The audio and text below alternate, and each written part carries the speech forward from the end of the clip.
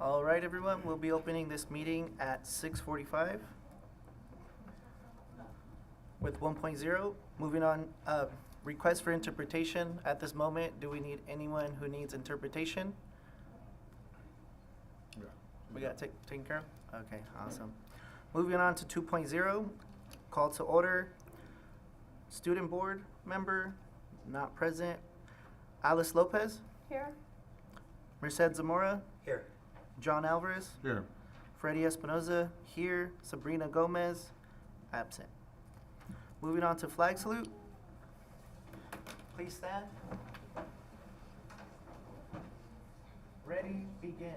I pledge allegiance to the flag of the United States of America and to the republic for which it stands, one nation, under God, indivisible, with liberty and justice for all. Awesome. Moving on to 4.0, adoption of the agenda. 4.1, adoption of the agenda is requested as presented. Motion with the addendum. Second. Also too, I'm sorry, I forgot. I want a couple of things moved to closed session, if we could. 15.4 and 13.3.2. 15.4 and 13.3.2. Yes, thank you. Okay, so adoption of the agenda is requested as presented with the addendum Motion? Oh, to remove 13.4 and 1.3.2. Not to remove, to place into closed Closed session. session. Place into closed session. 15.4 and 13.3.2. Okay, perfect. And I had a motion by Alice and a second by Zamora. Correct. All in favor? Aye. Any opposed? Motion carried 4-0. 5.0, consent calendar. 5.1, approval of the regular board meeting minutes for January 27th, 2026. Motion. Second. I have a motion by Alice, a second by Zamora. Any questions? All in favor? Aye. Any opposed? Motion carried 4-0. Moving on to 5.2, approval of release warrants dated January 29th, 2026, in the amount of $1,080,043.96. Motion? Second. Motion by John, second by Alice. Any questions? All in favor? Aye. Any opposed? Motion carried 4-0.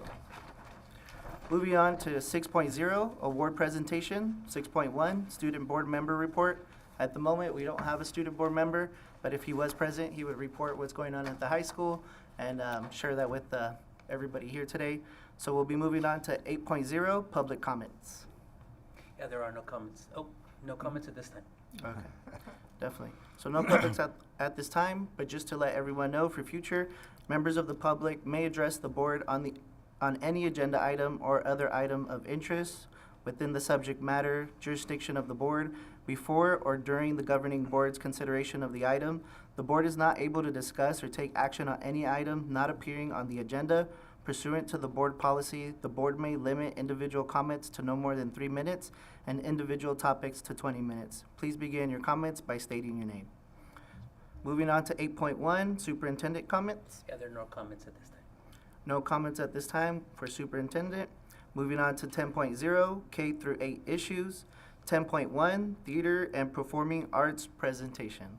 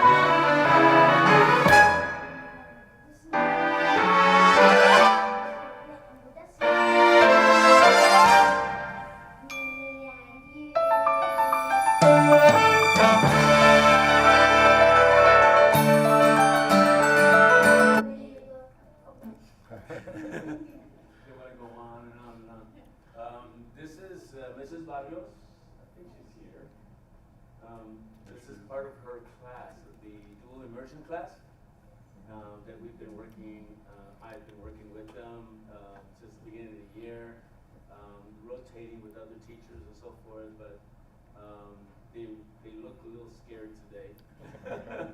In my class, they belt it out. They're really good at it. But I just wanted you to get a teeny little flavor. Fourth grade, they're ready to perform. I'm hoping next year we can do something in the fall right away and get them indoctrinated immediately. And they just did a little bit of the Frozen Junior at the beginning, at the very opening scene.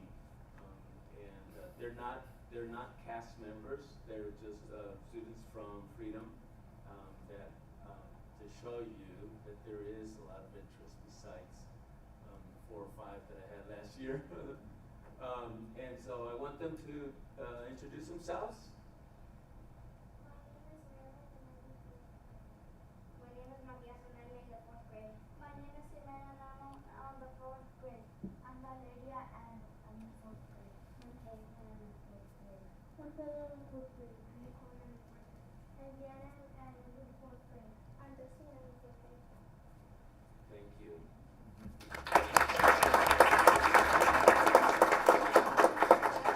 I love baking. No matter how much you prepare them to perform in front of an audience, it just takes experience to get through it, you know. So I wanted to make sure that they got that experience. You are dismissed if you want to go home. If not, you want to enjoy the rest of it, you can sit down. So, I believe there's a couple of school board members that were present, including the superintendent. A few years ago, I had this crazy idea that Farmersville needed a performing arts center. I'm willing to start with a small theater, and they usually call them black box theaters. And they're called black box theaters, and all of the walls are black because it's a very creative presentation where you can change the staging, you change the seating for the audience, and it's just an experimental, and education thrives under experimental theater. And so starting with something like that, and then eventually a 5 million complex next door to it would be great. Just asking. They say, ask and you shall receive. And so it was back then that Mr. Mendez was the principal at the junior high, and I asked him if he would allow me to teach theater.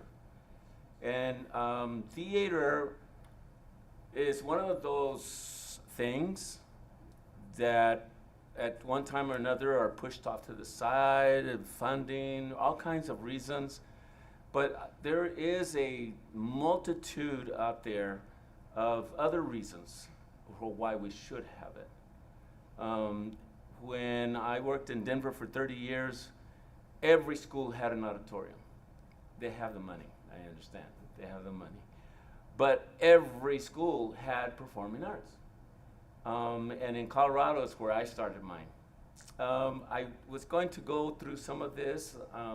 It's just data, it's information that I will give you a copy of this slideshow tomorrow morning. There are states that actually require and define the arts as code and as a core subject. Quite a few of them, more than half. Most high school theater programs, they rely on the ticket sales to be able to function. With the VAPI money, maybe that might start changing a little bit, at least, you know, the baseline money. And you can see the small one down here, 4th grade students whose language, arts, and social studies insert curricula integrated theater into their classes. That means that, like the history teacher teaching them through simulation and through role playing. In the 7th grade, I make them role play The Giver. It's part of the curriculum in the studies thing. But they actually read through the script, and we talk about why did he say that? how would he say that? And what makes him angry, blah, blah, blah, right? And so then they perform. They study another one that we're getting ready to work on, Hunger Games in groups. And they perform for their parents and their family members. They're invited to come and see them do the presentation of their study. I believe, and I've seen it over my 50 plus years of education, that when you require students to perform, they learn a whole lot more. It's embedded like you wouldn't believe. The number one thing that I like about it is that we teach soft skills. Nowadays, even more so than before, in the industrial era, it was the skills.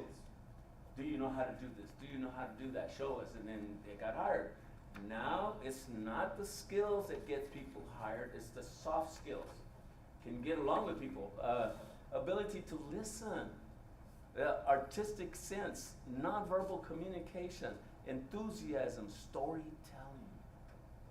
These are a list of a few of the soft skills that gets people hired. And we're not teaching that as much. Only 15% of the job success comes from technical skills.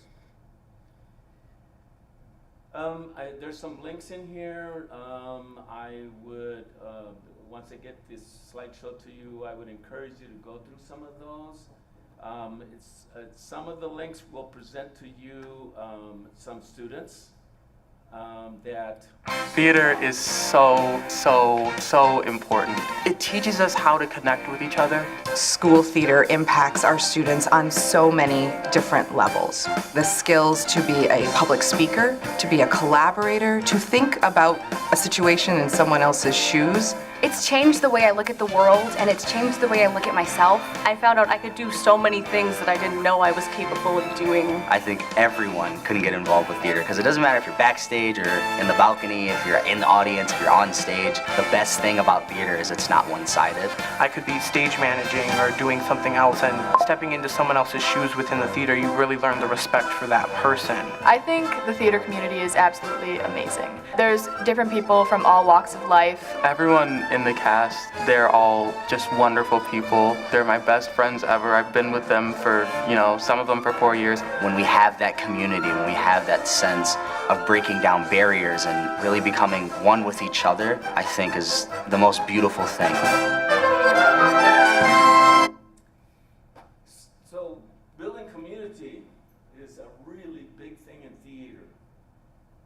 And I have people in the audience that can testify to that. From last year, I took the Broadway musical training over the summer. It was 3 full days online with the Broadway people, the actual people that work there and have been doing it for years and years. And it stirred me up. I wanted to do a musical. And so I did. And we did Dandelion, and the kids have been changed forever.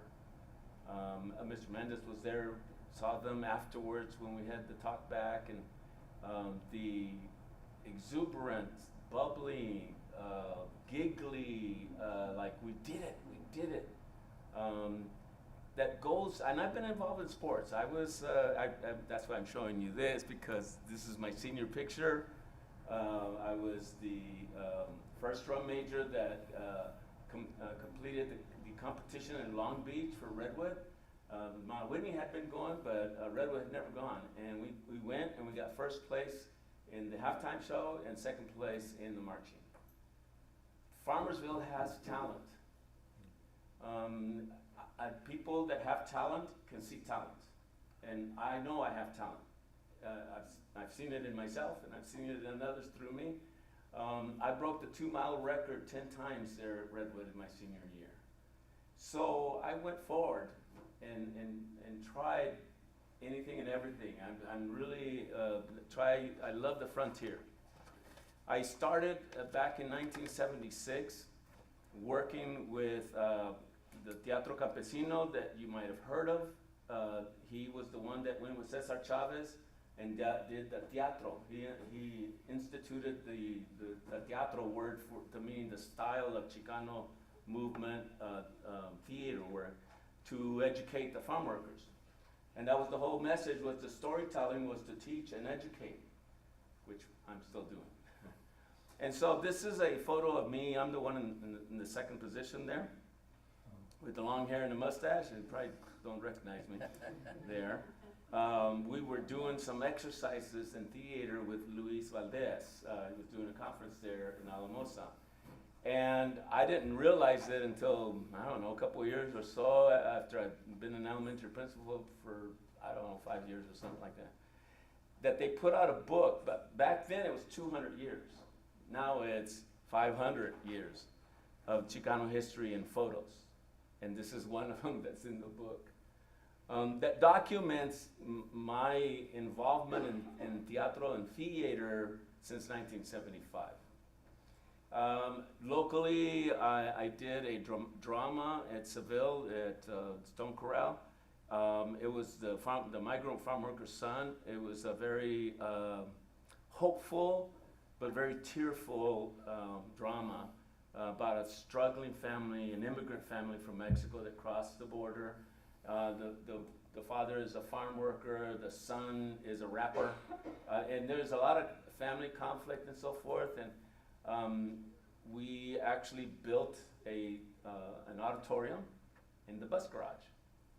It had two sides to the bus garage, and so the superintendent there, Juan Lopez, cleared out the one side, and we built the stage there and created a theater, and we did that show there.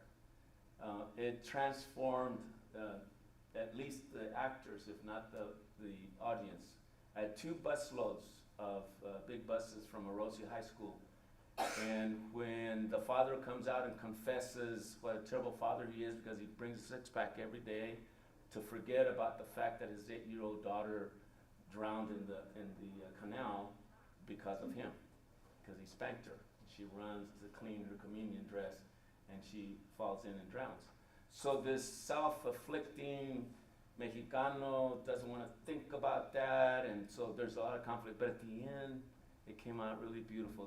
The son, he evolved into supporting the son to go to college. It's a message. It's a message, a community message. I got involved with Lycelia here when I moved back home here in 2000. I was on their board, and I did some performances. I did the Big Bad Wolf. I look like a wolf anyway. The makeup took 2 hours to do. But we did a couple of plays with them, the Willy Wonka as well. My daughters, Cassandra and Amanda, were in the play with me together. They were other characters. And this is where it started, September 4th, 2021. Mr. Mendez invited me over to the Kiwanis meeting. And basically, I set the message that I want Farmersville to build a performing arts center. You have no idea, well, maybe you do. Maybe you do. I shouldn't say it that way. But it's a cliche saying, right? It says, we have no idea what a performing arts center would do for Farmersville. If you have any idea of how it would attract people to this city, to this district, because we have a performing arts center. And we do shows monthly, one after the other. We'll do dinner theater too as well. Like we could do that on the Boys and Girls Club. The city council offered it to me. And I said, okay, wait, let me get started. Let's see where we can go, if this works out, because I didn't want to start digging into a community that was not wanting performing arts or theater arts. I found nothing but support. Mr. Mendez is a witness to that, as well as 2 of the board members here. Even the city council was very, very appreciative and advocating for it. This is the perfect timing for Farmersville, et cetera, et cetera. So I said, okay, rolled up my sleeves and got to work. Junior high, Mr. Mendez let me start teaching theater arts there, 5 periods. And it's overdose. I've taken students every year to Hollywood, to Pasadena. A busload of students went to this one, to the Hairspray performance, which is a wild performance. I took them also to one of the good ones, which was a drama, and it was 6 Hispanic, Latinos actually, that had the question of what does it mean to be an American? This was 2024. And it was a battle between a so-called gringo, right, blue-eyed, blonde hair, who says he's Mexican. And then this man right here is talking to them. He's one of the actors, talking to my students afterwards. And he was arguing, you can't be Mexican just because you were born in Mexico. And he asks the father of the girl that he's dating. He said, well, where were you born? Well, right here in Los Angeles. And you say you're Mexican? The question is, what is it, right? It's the storytelling. It's triggering some creative processes that go through every day in my class of thinking why. Today we were in a vocal class at Tulare County. Can my cast stand up, please, just so they know? I invited all of them, but not all of them made it today. Some had some appointments and so forth. We got Elsa back there in the back. Consuelo was with us last year. She's a veteran. And they have gone to vocal training with Tulare County. And because of my past work with some of the local people, they offered it to us for free. They usually charge $30 per student. And so they helped us last year with Dandelion, and tomorrow is our last day going over there. We're working on the finale part of the show. Today they were over there. Mr. Christoph here, Legaspi, was there with us and working on his part. And we talked about, why did he say, listen to me? And what were some of the other words? We got a problem here. Well, it was because he fell in love with Anna, and Anna's hurt, and they're over here dancing and fixer-upper, and they're having a good old time, and then they end up joining in with them, but they say, wait. And then Anna, shrinks down, she faints, because she got this magic strike, whatever. And so we talked about that emotion, that motivation of why you say those things. So then we did it again. And Charlotte Garcia has been doing musical director for the Tulare County for 20 plus years. She says, wow, that was better.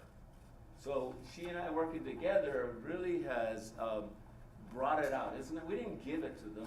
We just bring it out of them. They have the talent. It's amazing what they do.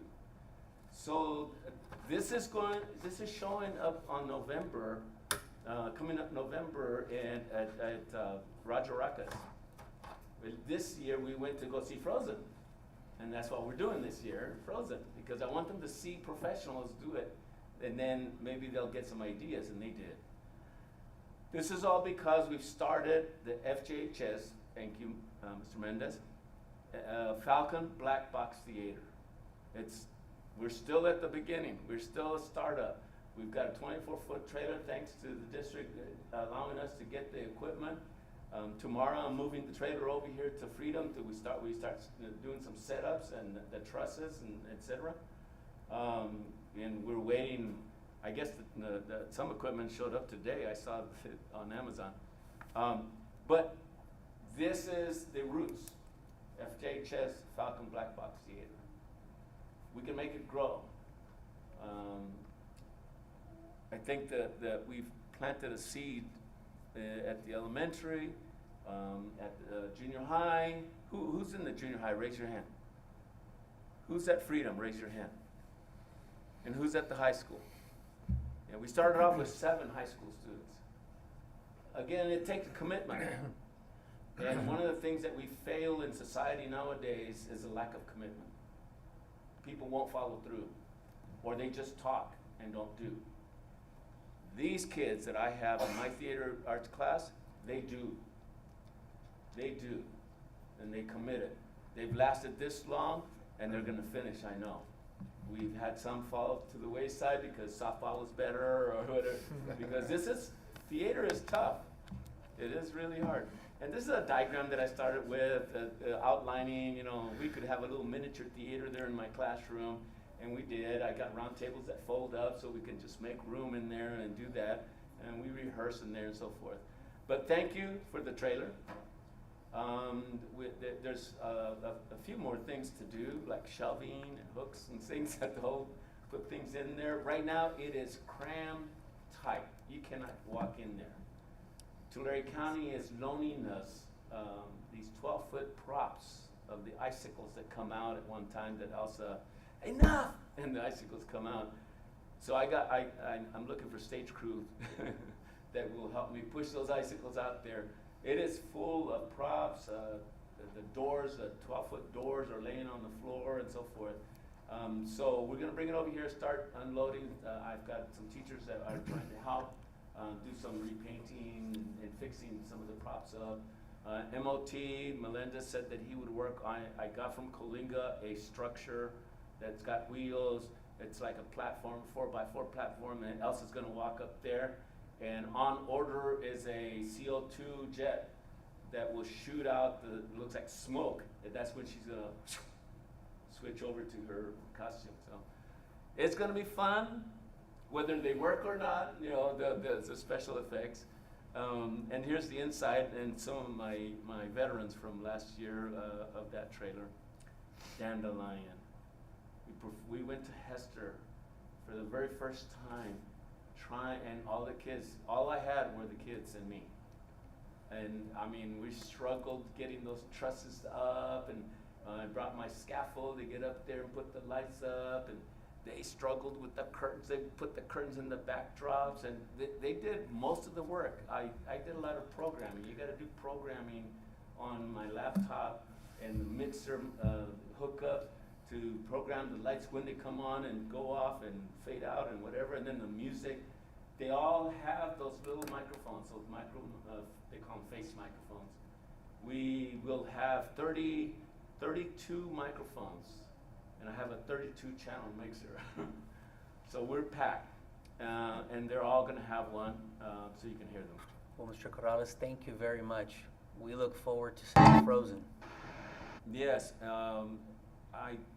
sorry, I apologize, I didn't get a chance to, I was out today to put together the poster I was going to give you all to post here in the district. It's We in the heard it was frame. like a 15 by 30. Is that right? About right? It was No. supposed to be. I guess it was bigger. 15 feet by 30 feet is what I was told. 24 by 18, I think. I was just kidding. Well, we know it's going to be a big presentation. I want to thank you. Yeah. We want to thank for every your- parent, every student, everybody that's here this evening. Thank you so very much. Yeah.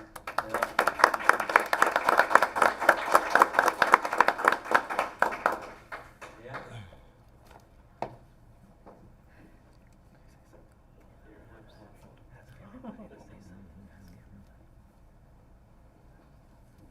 Awesome, thank you. It takes you to the ticket. Okay. counter, too. Thank you, senor. Oh, I already have my front row seats for Yeah, I saw that. opening night. Good for you, yeah. Would any of the council like to share anything? What? Would you guys Board. would the board like to share anything? Or like, Questions? questions, comments? Well, you know, I have those, or I had those flyers, and the high school had done plays. They did some really great plays there, in Grease.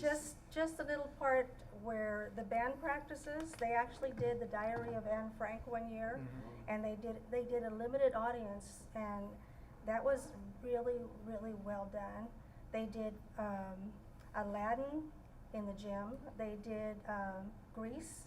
They did what was the other one? Alice in Wonderland.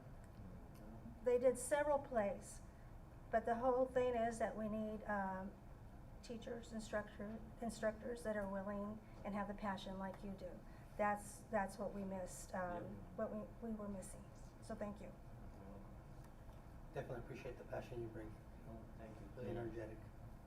You know, my son, we had theatrical at the high school, and they went to the Shakespeare Festival and competition. We used to do all that stuff, and then we never got anybody to come in and replace, so it just kind of died along the wayside. So I appreciate what you're doing, and let's continue to grow and get all the way to high school, and then we'll have really something great forever. Thank you. I'd say amen. Yeah. Yeah, definitely. As you're speaking, it's just bringing me back to high school. because I wasn't an actor, but I was the one taking care of the sound, the microphones, making sure everything worked, and the lights. And so I was behind the scene pulling the curtain.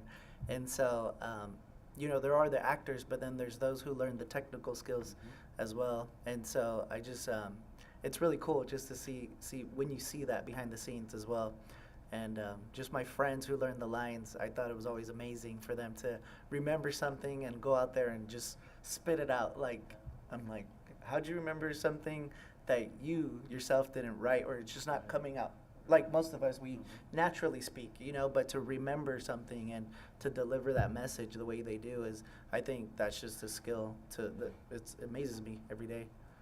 And for the kids, you guys that are watching, you guys that are acting, you know, take that skill and be proud of it, because it's definitely something not everybody can do. And so you guys that are doing it, you know, I applaud you guys and keep it on, because you know, when you get to the high school, it might, I don't know, I'm hearing it's not there yet, but when you guys get there, definitely, you know, it's gonna grow into something Farmersville's never seen before. So definitely. I can add something. Just a thank you to you, Mr. Corrales, for always promoting student voice. Okay, that's been your forte. And same thing for the administrators that we currently have, making sure that the scheduling is set in their schedules to guarantee that student voice is being promoted through the theater arts and all the other arts. And for our students, don't be afraid to advocate, to voice, and when you have people that are championing you, continue to go forward. So thank you. When I do have high school students that are going to be stage crewing, one that's doing lights and sound already, they're DJing, so it's growing that little core, so it'll be fun. I like that. Thank you again, so sir. much. Thank you. I appreciate it.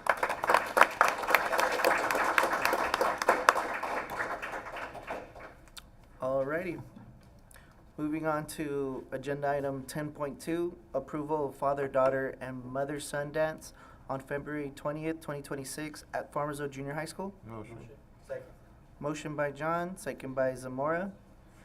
Any questions? All in favor? Aye. Any opposed? Motion carried 4-0.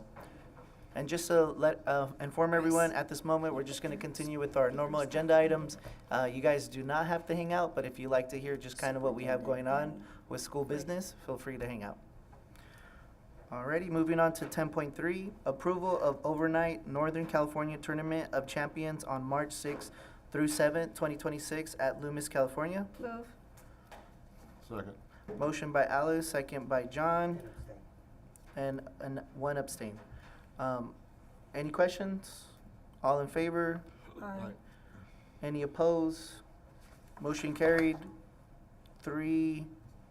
01. Abstain from Zamora. Moving on to 11.0, high school issues. 11.1, approval of Fresno State University campus tour on May 4th, 2026 at Fresno, California for Deep Creek Academy seniors. Motion. Motion by John, second by Zamora. Any questions? All in favor? Aye. Any opposed? Motion carried 4-0. Moving on to 11.2, approval ratification of Key Club to World Ag Expo on February 9th, 2026 at Delano, California. Motion. Sorry. Second. Correction to Tulare, California. Motion carried. Motion by Alice. Alice, second by John. John. Supposed to say to Larry. Okay. Any questions? All in favor? Aye. Aye. Any opposed? Motion carried 4-0. Moving on to 11.3, approval of Key Club Conclave on February 15th, 2026 at Delano High School, Delano, California. Second. Motion by Zamora, second by Alice. Any questions? All in favor? Aye. Any opposed? Motion carried 4-0. 11.4, approval of Tulare County Office of Education student culinary competition on February 27th, 2026 at Visalia, California. Motion. Second. Motion by John, second by Alice. Any questions? All in favor? Aye. Any opposed? Motion carried 4-0. 11.5, approval of wrestling postseason overnight trip boys divisional tournament on February 13th through 14th, 2026 at Bakersfield, California. Motion? Second. Motion by John, second by Zamora. Any questions? All in favor? Aye. Any opposed? Motion carried 4-0. 11.6, approval of wrestling postseason overnight trip boys and girls Valley Championship tournament on February 20th through 2026 at Fresno, California. Motion? Second. Motion by Alice, second by Zamora. Question. Question. We do have supervision for the girls as well. I can- A lady, we'll put it that way. Yes, if it's an overnight trip, there will always be a lady. Okay, all right. Moving forward, all in favor? Aye. Any opposed? Motion carried 4-0. 11.7, approval of wrestling postseason overnight trip California State Tournament on February 26th through 28th, 2026 at Bakersfield, California. Motion. Second. Motion by John, second by Zamora. Any questions? All in favor? Aye. Any opposed? Motion carried 4-0. 12.0, curriculum. 12.1, approval of Fresno State Memorandum of Understanding for School Psychologist Intern Placement. Motion? Second. Motion by Alice, second by John. Any questions? All in favor? Aye. Any opposed? Motion carried 4-0. 12.2, LCAP Mid-Year Report, LCAP Report. Motion. Um, Oh, no. I think that's a presentation. I see no motion, no second here. So, So it'll be a presentation by Oh. Mr. Ochoa. so this will be a presentation. Awesome.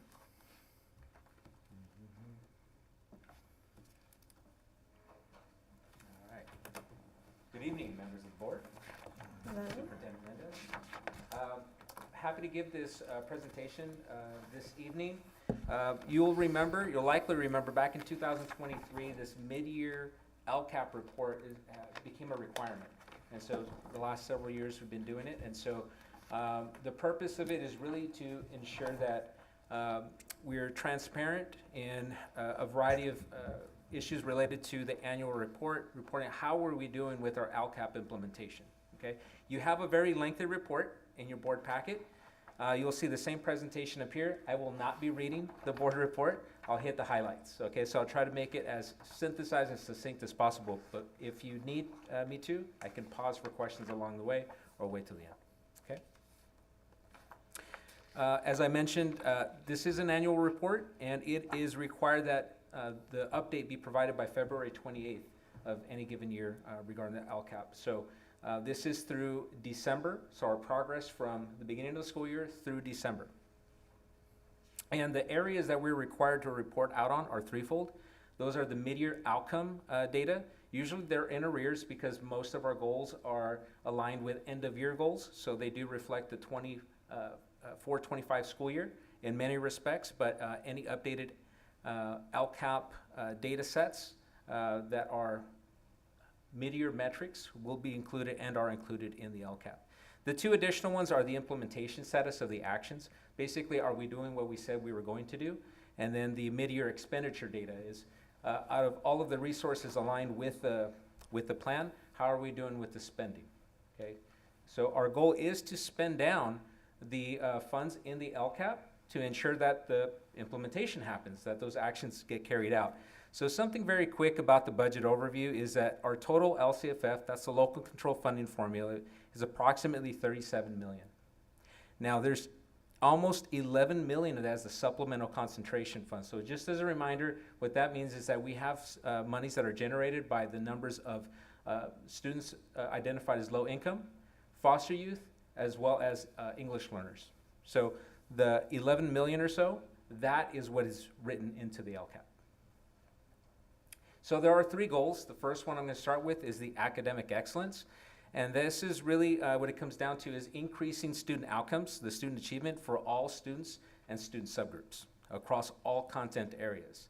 And so what this looks like, starting with the CASP English Language Arts growth, and I'll call back to us when I presented in November, that was on the California School Dashboard, and that was overall. So we're drilling down a little bit. I'm going to highlight some of the student subgroups that are associated with these data sets. And so what you see here is there was good growth on the all students, as I mentioned back in the fall, of about 5 points of growth on the test, which is pretty good. It's solid growth. Highlighting English learners, which were just over 12 points of growth, which is really good. That's hard to do a double-digit growth in 1 year. But I also want to highlight the two student groups at the very end, because this is growth, means what was the change from the previous year. Those two student groups, students with disabilities and homeless youth, actually saw negative growth. And I'm going to call back to this data point as well as several other data points with some recommendations there at the end of the presentation. Mathematics had a mixed results. While the all-student group grew by just under half a point, the English learners did show modest gains, but the two student groups, again, that I want to highlight here are students with disabilities as well as homeless youth. So they saw negative growth, again, with 18.3 scale score points and 68.4 points, respectively.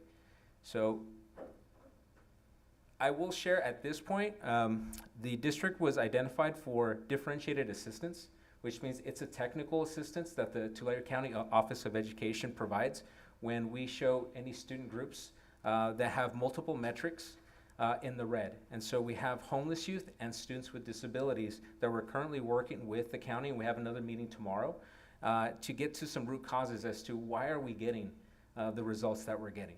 And so there are some things that were currently in place, like empathy interviews with students to really interview students as to some of the barriers they might be facing, as well as additional root causes, getting to some other additional data sets. So we're currently in that process right now, and we're really interested to find out what are some things that are holding us back when it comes to specific student groups. When it comes to science assessment, it's really a flat growth in this metric. I do want to point out that we had English learners. They demonstrated the strongest growth at 2.6 points, while students with disabilities declined by just over a point. The LPAC progress indicator is a little bit of a mixed one. I'm going to touch on it now and a little bit later, where on the LPAC, this is strictly a language proficiency test.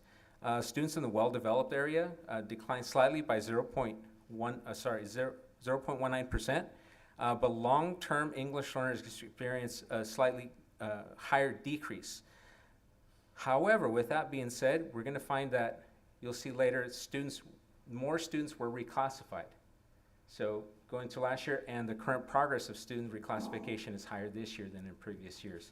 And that really shows a divergence in the two groups at the top and towards the middle, and especially if you reach a long-term English learner status. This is one of the bright points of the data sets, the college and career readiness. We saw a 6.5% growth in this area for all students, and multiple data are factored into this. And that includes A through G completers, CTE completers, as well as dual enrollment in college for our high school graduates. So 6.5% growth is one of the highest in the county, and then specifically Hispanic and socioeconomically disadvantaged students were even above that, 7.4 and 7%. So we're doing good work there. The dual enrolled students are the ones that are actually making most of those gains because we have more students taking college classes while they're in high school. CTE pathways, we have career technical education. It's relatively flat. Our overall completers decreased by 26 students from the previous year, but we also had fewer students in the graduating class, which accounts for some of the decrease in the raw numbers.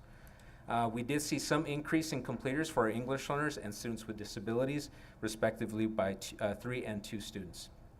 With our STAR reading assessment, I'll just share that the timing on this was a little bit different because we had a fall assessment and a winter assessment. So I don't want to compare the fall and the winter because we are just completing the winter assessment now, so it's not a fair comparison, but from fall to fall of the previous year, it's about a 5% increase this year. So that's showing a pretty strong indicator of some growth. Now, some other areas, elementary music expansion, we now have students in kinder through third grade. They are all receiving music instruction. All students, K-3, are receiving music instruction. And in fourth through sixth grade, they have a couple of options of music and or art. So in some cases, students are taking both, which is a positive because to Mr. Corrales' presentation earlier, we want that early exposure and that growth in those areas of the arts. Standards-based materials, 100% of students continue to have access to state-adopted materials, and we have seen a growth in the percentage of teachers having full credentials. So it increased by about 4.5%, so we're now up to 95.5% of our teachers fully credentialed, and those who have not yet fully received their credential, they're well on the way to do that. But even without the 100%, they are still 100% of they have the appropriate authorization for the area that they're teaching. So we're in good shape with teachers in their assignments. So as a summary for goal 1, the expenditure summary is we had $7.4 million attributed to this goal. We have currently spent $3.2 million, about 43%, which is out of the 5 out of the 11 months. Remember, this is through December. That's making good progress. And then 90% of our actions are on track. So the ones that are a bit delayed, so some of them are just some challenges or timing, is the CTE supports of the welding booth and ventilation projects, as well as summer school, because that doesn't take place until June. Goal 2, I'll summarize this as a comprehensive support system. So think of multi-tiered systems of support. And so this includes wraparound services, interventions, and supports from the behavior, social, emotional, learning, and academic sides.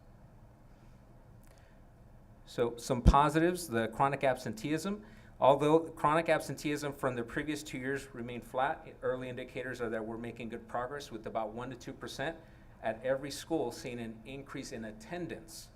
Okay, so we're just under 95% attendance through December, which is really good, which means we are also having fewer students chronically absent. Graduation success, this continues to increase. Students with disabilities achieved a huge increase in the graduation rate, almost 31%, while we did see small dips for English learners and long-term English learners of 3.8 and 4.3% respectively. A couple other highlights, we have 0 dropouts this previous school year, and although our suspension rate did increase by just under 1%, we had bigger increases of students suspended, students with disabilities, and homeless youth. This was another criteria as to why we were identified for differentiated assistance and technical assistance from our county office. English proficiency progress, this is that divergent piece that I was referring to. 44% of English learners moved up at least 1 performance level. So that's a 2.9% increase from the year before. So we have had currently 47 reclassifications already this year through December, which is higher at that point than in previous years. So this again tells us that although our LTELs, our long-term English learners students, are plateauing, there's that other group that is making significant progress, accelerating and reclassifying quicker. For college preparedness and course access, A through G completion, we have a slight decline of 1.3%, completing their A through G, but all students have broad course access. So again, those buoying the college and career indicator is because we have more students in career and college courses that are dual enrolled or concurrently enrolled. When it comes to health services and school climate, I want to just explain this one a little bit more. So overall, we serve hundreds of students with health services throughout the school year. So we have school nurse, LVNs, and health aides who see students. So compared to December of all the services provided through December of this school year and the previous year, we've served 11 more students. But the amount of contacts went down by almost 3,800. What this means is that we saw more students, but less frequently. Okay? So the issues or the conditions that students need to see the health services staff for are not as severe as is in previous years.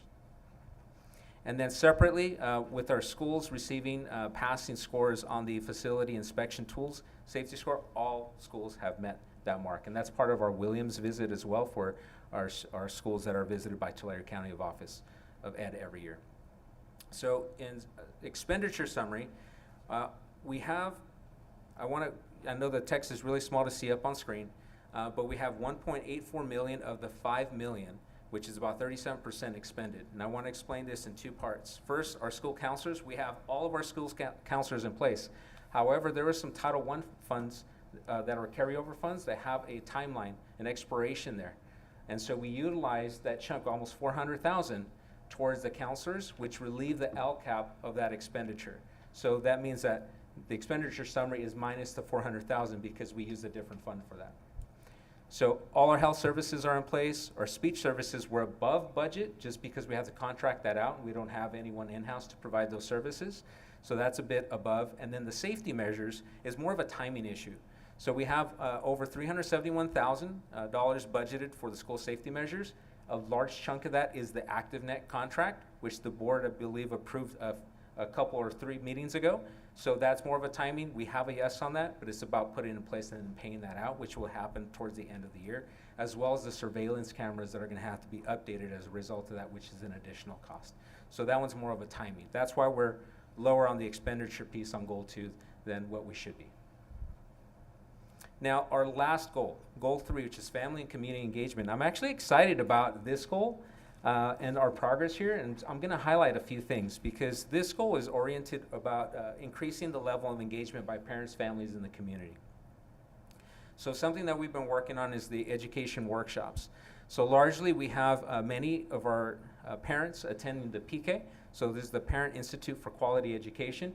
And so our workshops have diversified now to include literacy and numeracy parts to it. And so this is, we are 2 series into the year. We have 3 more to go this winter and spring, which are our 3 elementary school sites. But we have an LCAP survey that just went out a couple of weeks back. And so we are actually surveying parents about very specific workshops to include for this year as well as in future years. And that includes financial literacy for students, mental health, college and career planning, and other very specific workshops that would interest families to continue learning more about the students' experience and helping students during school as well as post-secondary. Another exciting piece is the leadership participation. So we want to get our participation rates up for our parents and community members who are participating with sharing their voice, giving input, and making decisions at a school and district level. And that includes our school site councils, ELACs, our DLACs, as well as our parent advisory committees for the LCAP. So I'll highlight one exciting thing that we're doing with the DLAC. So the DLAC is meant to provide input and recommendations about the English Learner Development Program, English Language Development Program in the district. But sometimes when you're not familiar with the school systems, as well as some ELD strategies, as what they look like in the class, it's hard to make those decisions, hard to give that input if you're unfamiliar. And so this year, we're starting to visit school sites. So this month, we'll start with our first visit to the junior high. So our DLAC committee will go and see these strategies in practice in the classrooms to get the appropriate context, to connect the ideas that we're discussing at DLAC in the classroom so they're more familiar with it. So an informed committee member, I think, is a more confident committee member, and the more strategic they can be with their input. So that is something that's progressing. I'd like to see that expand here in the near future, both at a district level and site level. Expenditure summary. We do have the parent education as well as the meeting supports of daycare, translation services for our families. The community liaisons action that is written into the LCAP, that we did find an alternative funding source, and so that's an action that was actually pulled out of our LCAP, and that's now being funded through our community schools grant. So again, explaining why some of the expenditures are not where they need to be through December. So in summary, what are the key strengths across all the goals? So we are seeing academic gains for English learners. We're seeing the graduation rate improve. We see an increase in our college and career readiness buoyed by our dual enrollment and concurrent enrollment students. And then we also see family engagement growth. There are very specific areas that require our attention. And the first one, I'll actually amend it to say it's the mathematics achievement gap, but also in ELA with some of our student groups. Our long-term English learners are plateauing, and then we have vulnerable population suspensions, including students with disabilities and homeless youth. And then the students with disabilities having their college readiness. We need more A through G completers and students who are taking college courses, students who are on an IEP. So what does this mean for us? Are we waiting for these actions to take place in the future? And the answer is a resounding no. We're already underway. So some of the things that we're doing now is we're going through the math curriculum adoption process. So we are about to pilot math curriculum, or 2 math curriculum at the K-6 level here in the coming month, as well as planning for math training to go with the new curriculum in the next school year. We have been going through integrated ELD training to support our long-term English learners as well as our English learners. So that has included training at the district level, at school sites, as well as coaching cycles at each of the schools. We also have a emphasis on the behavior supports and tightening the systems within those practices, as well as devoting some of the grant funding for increased personnel at the school sites to support that work. And lastly, with our students with disabilities transition and college access, this is that work we're doing with Tulare County Office of Ed to do a more thorough root cause analysis so we can get those actions underway immediately. So there's a lot of work taking place, a lot of moving parts, but overall we see a lot of successes and some areas that we need to continue to shore up, but there are plans to address those, as I've shared tonight. Are there any questions? Yes. When you were talking about the homeless, you said you were doing empathy interviews. Who are involved in those interviews? So those who are involved in the interviews are social workers and psychologists. So we have a common set of questions that are being utilized, and so we're trying to get down to identifying potential barriers or challenges in the areas of absenteeism, in the areas of suspension, as well as the academics. So the social worker also is helping to see if permanent housing or something can also be found, that kind of thing? Yeah, and that'll be not through the interview necessarily, because for the interview, the purpose of that is finding the root cause of some of the challenges. But separately, it's the process of our community liaisons and other McKinney-Vento representatives at each school site, making sure that we're following up with families. As soon as we know that there's a need, don't wait for the family to ask for resources, we initiate and continue to revisit the families to do a status update. How are we doing? Are there any new needs? And identify those things through Title I that we can support them with. So for students, it's access to school. That's be school supplies, hygiene, equipment, all of the stuff that could potentially be a barrier from students attending. Right, and the worry about being homeless, of course, is one of the biggest things. Absolutely, connecting with resources. And I know in years past, I can't remember if it was the DLAC or the PIQE that would attend some of our board meetings. Do you remember? Our PK would come to see if we were going to contract with them, but we had a different parent group, one through Fresno State, that would come to our board meetings. Yeah, so that might be something that somehow, they get to know us a little bit better, and we get to know them, and that way maybe their voice, will be heard more often. And we can set something up so that there's a presentation to the board, especially with any recommendations that comes from the DLAC. That would be great. Thank you. Thank you for the presentation, very informative. Thank you. One thing, excuse me, one thing I've seen is, I deal with a lot of families, is clothes for the kids, just to be dressed to come to school. Sometimes they want to come to school because they don't have the clothes. Sounds like a major problem, but it's not really a big thing, so we do quite a bit there, and going through the interviewing process, that might be something you want to push forward with. And sometimes a pair of shoes makes a big difference. Absolutely. And we just concluded the empathy interviews last Friday. Yeah.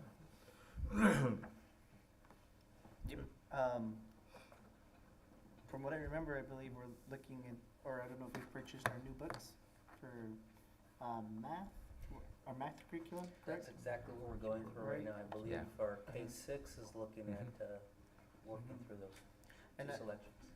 Definitely, and then I know like we're trying to make it like more of a seamless process where each book kind of aligns with itself as they go through the grades.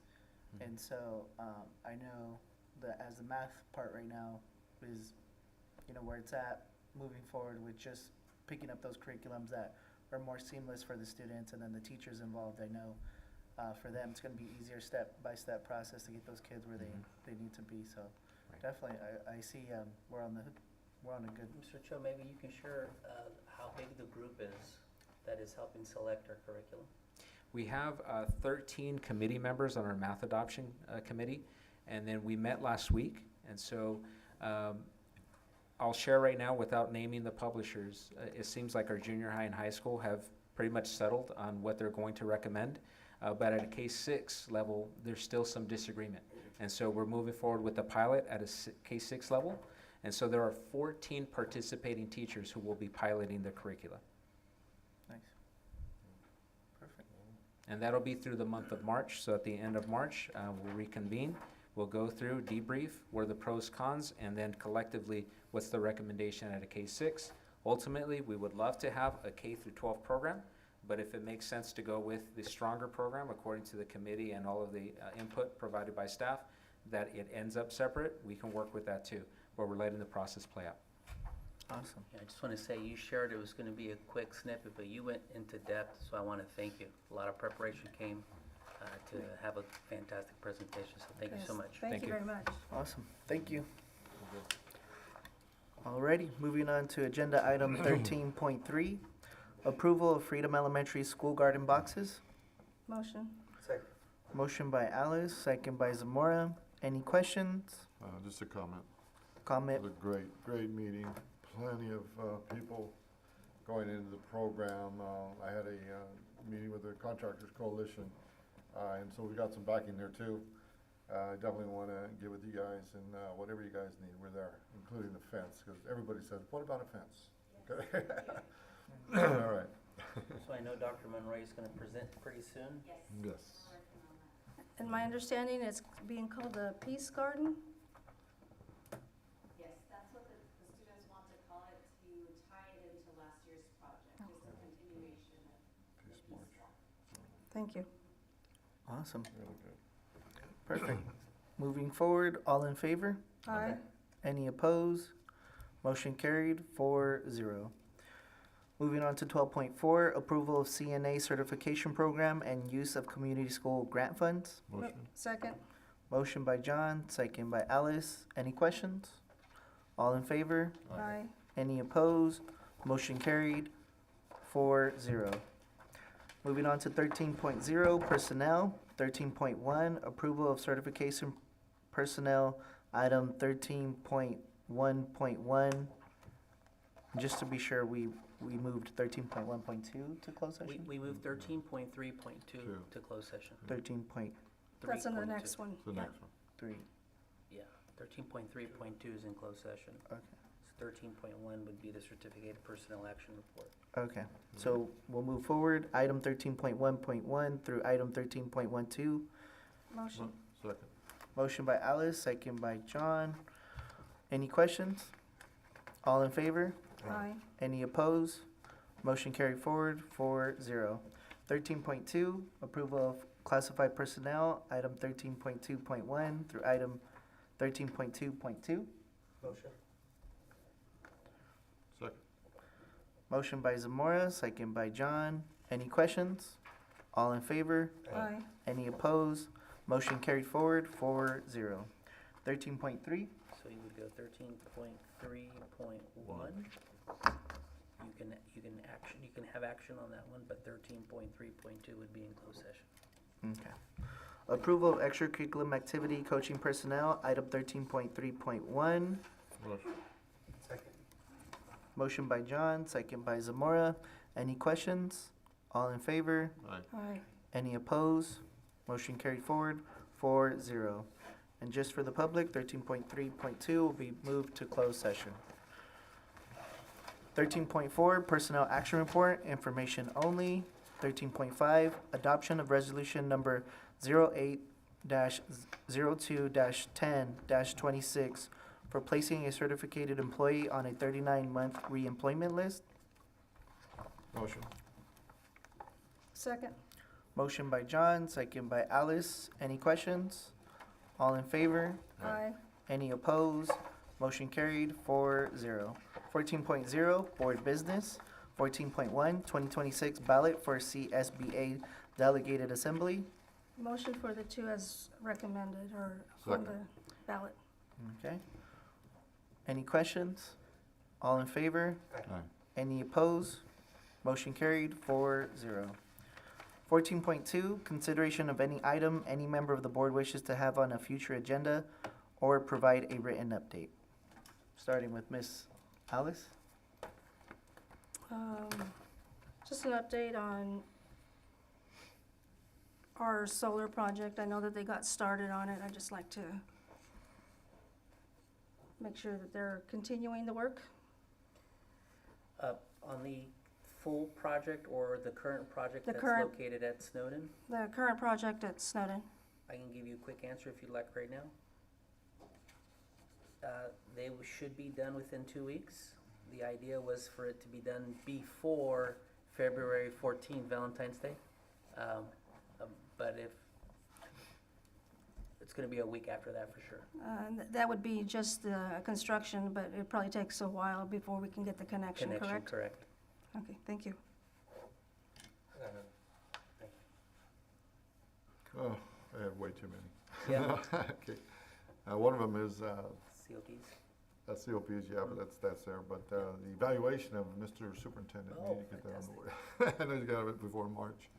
Another one is a update, or we could not find concerning the board members' agreement or contract, right? I know it's all over the place, right? We're looking for that, because they couldn't find it. The expenditures for the board, as far as purchasing insurance, going to conference, these type of things.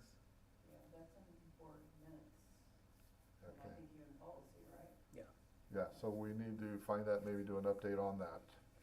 Okay, update. I would like to have that done. And then, I'm all about the contracts for the sports, but it sounds like maybe getting something prepared for the new year, July, right, 1st. I'd like to have something in place. I know everybody's talking about it, and now people are starting to do it, and now we see some changes, we see coaches working together, which is great. It's nice to see that the kids are not having to worry about playing 2 sports at one time. All right, that's great. Anyway, follow up on that. Okay, thank you. That'll do it now. The one thing I like to bring up is the basketball gym floor in the high school. Was in there the other day, looks like it's chipping. There's some markings that may need to be removed. I just think it needs to be reamped, maybe waxed, but also maybe put a new clear coat and bring someone in to do the paint job over again, just to get that ready for the kids. You know, I'm very excited to report Mr. Monroy and myself and a couple of other members had the ability to tour and look at some of the areas that do need a lot of work. The plastic area, the synthetic basketball courts have already been worked on. They were working on those on, I believe, Thursday and Friday of last week. They're almost done. I'd love to add that they're going to remove the bleachers from both ends, place them in the middle, completely work on tires, refurbishing all of the bleacher sets, the switches to guarantee they open and close, all the new safety procedures. That's happening. We're getting 2 bids for that. Once that is done and set and the synthetic basketball courts are done, we're going to focus on the wood basketball courts. I did have something after all. The scoreboards. Yeah, I was gonna just say the same thing. When are those getting done? We currently are working with Mangini to help us support that. We do have to get DSA approval, all those different pieces. They're working with us. That's part of our next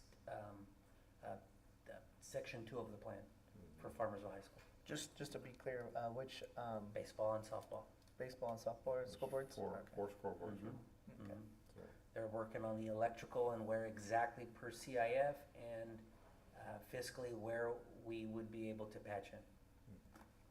The other thing is that, are you good, Alice? The what? Are you good?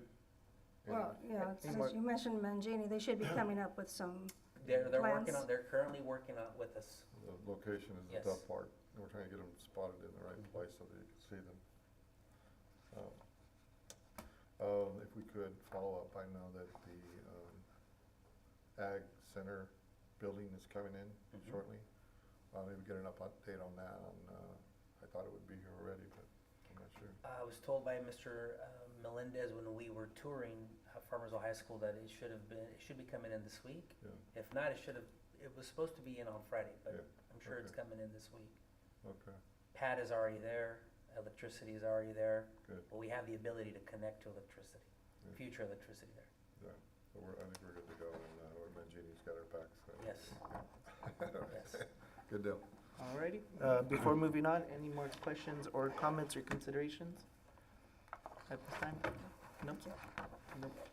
Okay, moving on to 15.0, business services. 15.1, fire alarm system fully operational at Farmersville High School. We do have Mr. Edgardo Monroy come up and just say a couple of things regarding our fire alarm. All right, good evening, Board and Superintendent Mendez. Filling in here for Mr. Tony Melendez on the update for the fire alarm system. Happy to share that the project has been completed. So that's really exciting news. It's a safety matter that we have been working on for some time now. As a backup, we had Firewatch there, and you're aware of that. And so it's exciting to be able to complete this project and secure the location, the site, and offer safety for students and staff. And so I want to thank everybody for their patience. Of course, because it is a safety project in nature, there's compliance that we have to go through, testing that we had to go through. As you can see from the transmittal, we had the fire chief go there and review the system. We did have some testing done on it, and so all of the units that we procured about a year ago, I believe, if you remember, we came to you with asking if we could purchase hardware. At that time, there was some procurement issues because of tariffs and other reasons, and so fast forward to today, it's done. The site is safe and secure. We have a working system. So thank you again, and to the community there and the administrators and the staff. Thank them for being patient with us. At this point, that is the update, and so we have stopped the Firewatch service because this is fully operational. So We definitely want to post that somewhere to the community. Of course. And we probably need to, they probably haven't heard of fire alarm for a while, so maybe they need to have one of those practices. It was interesting, Mr. Monroy and I were on campus when they were working through it. And it's a visible, audible one, but there is a sound, an AI sound that says, "This is a fire alarm. Be very patient, obviously not be concerned, but be very cognizant that this is a fire alarm." There's somebody talking you through every little thing. Oh, So really? that's the most updated fire alarm. To So keep the- Farmersville Unified School District Keep the does that. teachers calm.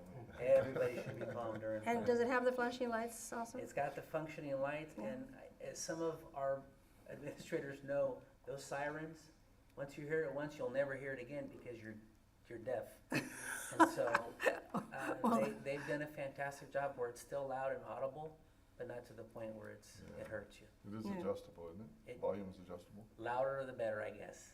Yeah, but the most up-to-date fire alarm. So I want to thank Mr. Monroy for coming up and stepping in for Mr. Melendez. Thank you again, sir. Thank you. thank you. Awesome, thank you. Okay, moving on to next agenda item 15.2, DSA certification of complete for J.E. Hester ELA building.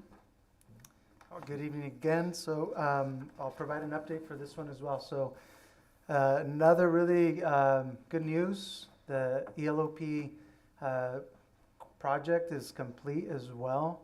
That's a big project for our Expanded Learning Opportunities program and for this community because it serves a lot of students after school and before school as well. But it's a beautiful, beautiful building. The staff have already started to move some stuff in, and it's just coming to life. Another project that we can check off of our list that is very exciting because of what it will do for our community and the staff that work with students. So this is a certification that we will receive it, and we will, once approved, inform our insurance to insure that building as well. And so another operational project that's completed. And again, want to thank everybody for being patient, because as you know, with projects, we want it to be a straight line, but it isn't always a straight line. But we've gotten to this point now, and we're just excited to incorporate some more square footage into that site, to that footprint of Hester, and to continue to serve students there. So thank you for your support to the board, Superintendent Mendez, the administrators on site there, and the staff as well. And of course, we can't leave out the expanded learning opportunities staff, who do an amazing job serving those students. We want to thank them, and we're excited for them too. Thank you. Thank you. Perfect, thank you, Mr. Monroy. Thank you, Appreciate sir. it again. Yeah, definitely. I've heard just nothing but good things about those buildings and the way it was set up. It just, the fire chief was telling me, he goes, "Hey, you guys did a good job there. It looks really nice." So definitely something to be happy about. Be proud of. Yep, definitely. Moving on to 15.3, ratification of 2025 to 2026 CSEA salary settlement agreement to include Fund 13, cafeteria fund. Motion. Second. Motion by John, second by Miss Alice. Any questions? All in favor? Aye. Any opposed? Motion carried 4-0. 15.4, approve. 2.5. 15.4 in closed session. 15.4 will be moved to closed session. Moving on to 15.5. 15.5, approval of facility use agreement, Aztec Travel Volleyball for use of Farmsville High School Gymnasium. Motion to waive fees as well. Second.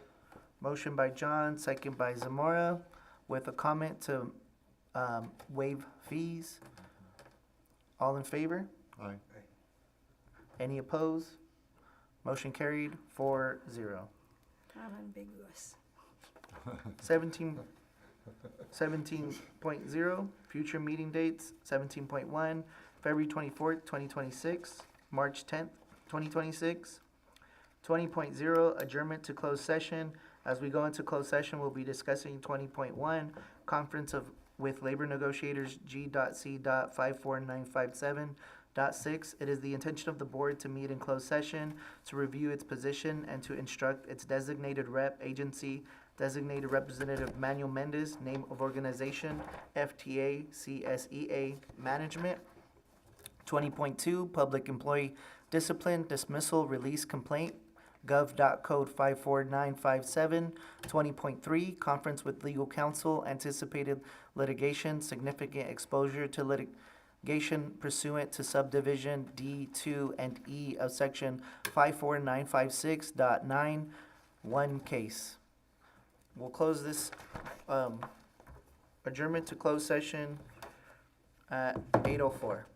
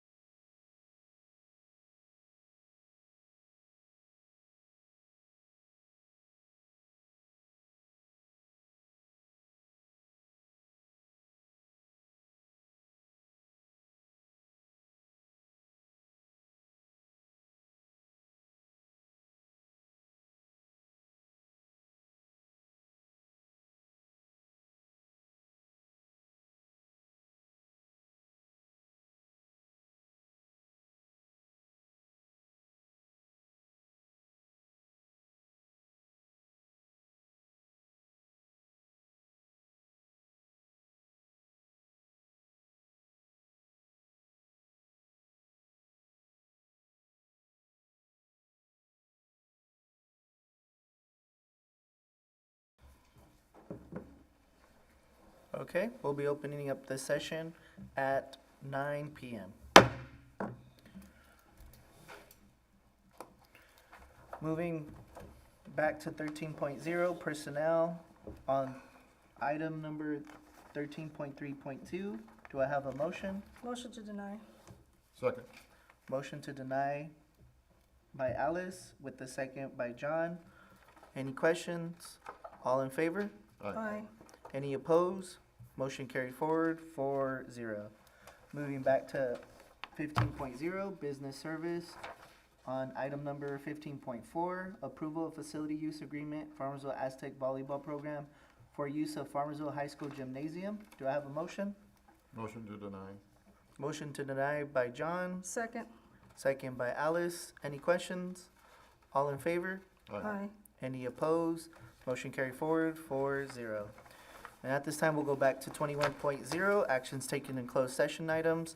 21.1, conference with labor negotiators, G.C.54957.6. It is in the intention of the board to meet in closed session to review its position and instruct its designated rep agency, designated representative Manuel Mendez, name of organization, FTA CSEA Management. No action taken. 21.2, public employee discipline, dismissal, release complaint, gov.code 54957.